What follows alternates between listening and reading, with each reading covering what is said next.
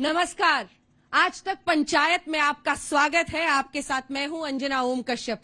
ये काशी की धरती है और मोक्षदायिनी गंगा जी के बीचों बीच आप आज तक पंचायत देख रहे हैं। जो घाट आप मेरे पीछे देख रहे हैं, इन सीढ़ियों पर सुबह की जो एक आलसपन आप देखते हैं सुबह का, कहते हैं यहाँ पर सूर्य भगवान भी जरा थम थम कर आते हैं। यहाँ गंगा जी की गहराई का कोई सानी नहीं है। यहाँ की सियासत की कहानी हो या फिर पान दुकान पर सियासत पर चर्चा, सब बड़ा थम थम के आराम से होता है। लेकिन गंगा जी पर बहुत ही तेज रफ्तार से हमें इस पंचायत में आगे बढ़ना है और इसीलिए आपका परिचय उन दो खास मेहमानों से करा देते हैं जिनसे आज हम चर्चा करने वाले हैं, क्योंकि इसी काशी से किस्मत पूरे पूर्वांचल की तय होती है, ये कहा जाता है। तो दोनों खास मेहमानों से आपका परिचय करा दें। नीलकंठ तिवारी जी हमारे साथ हैं, जो कि एमओएस है पर्यटन और इसी के साथ धार्मिक मामलों के भी प्रोटोकॉल एमओएस भी हैं। अनिल राजभर जी खास मेहमान, जो कि पिछड़े वर्ग के कल्याण और साथ ही दिव्यांगजन के सशक्तिकरण दोनों ही मंत्रालयों को देख रहे हैं। राजभर जी, आपके साथ शुरुआत करती हूँ। पूर्वांचल का रास्ता क्या यहीं से शुरू होगा? क्योंकि कहा जा रहा है कि प्रधानमंत्री बार बार यहां पर इसलिए आ रहे हैं क्योंकि पूर्वांचल में कहीं बीजेपी को इस बार ये तो नहीं डर सता रहा कि आपका किला हाथ से निकल ना जाए। संभव नहीं है। सबसे पहले तो अंजना जी, आपका और देश और दुनिया में आपके जो दर्शक हैं, हम स्वागत करना चाहते हैं बाबा विश्वनाथ की इस माटी से।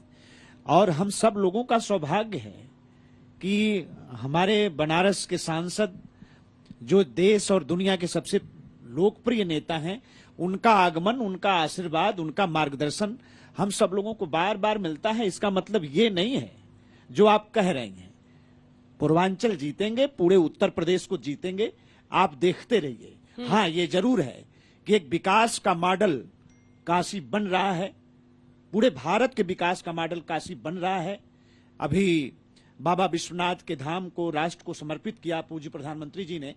तो विकास का आधार अगर काशी बने तो ये भी हमारे लिए सौभाग्य की बात है। विकास का मॉडल भी बनारस बने, ये भी हमारे लिए भाग्य की बात है। तो हम तो स्वागत करना चाहते हैं और काशी पूर्वांचल का एक एक जन पूज्य प्रधानमंत्री जी का आभारी है, इतना स्नेह, इतना प्यार देने के लिए। तिवारी जी, अखिलेश यादव जी तो कह रहे हैं कि 400 सीटें उनकी आ रही हैं, 3 सीटें आपके लिए छोड़ी हैं। सर देखिए, मानसिक अवस्था यदि किसी की बिगड़ी हुई हो वो कर सकता है। 403 में 400 उनको प्राप्त हो, यह भाव उनके मन में, कोई सामान्य मनुष्य के मन में नहीं आ सकता।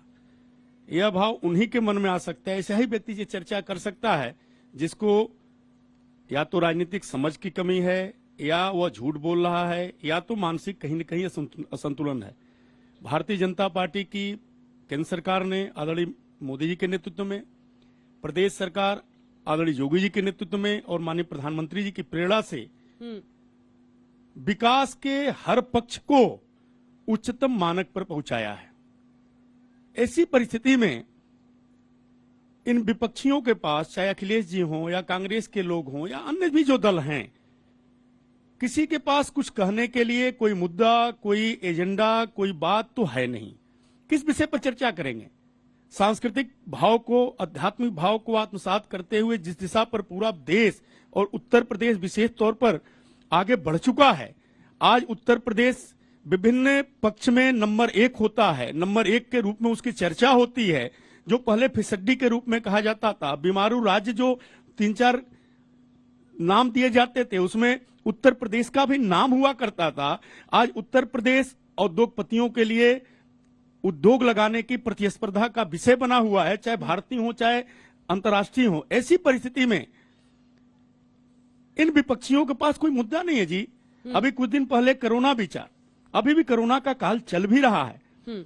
इन कोरोना काल में लोग ट्विटर पर बैठ करके ट्वीट करके माहौल खराब करने का काम करते थे, और आदरणीय योगी जी गांव-गांव, जिले-जिले जाकर के लोगों के साथ उनके सुख दुख में, उनके दुख में शामिल हो रहे थे। कोरोना की निःशुल्क दवा उपलब्ध हो जाए, निःशुल्क जांच उपलब्ध हो जाए, सभी व्यवस्थाएं हो जाए, सबको अनाज पहुंच जाए, सब व्यवस्था कर रहे थे।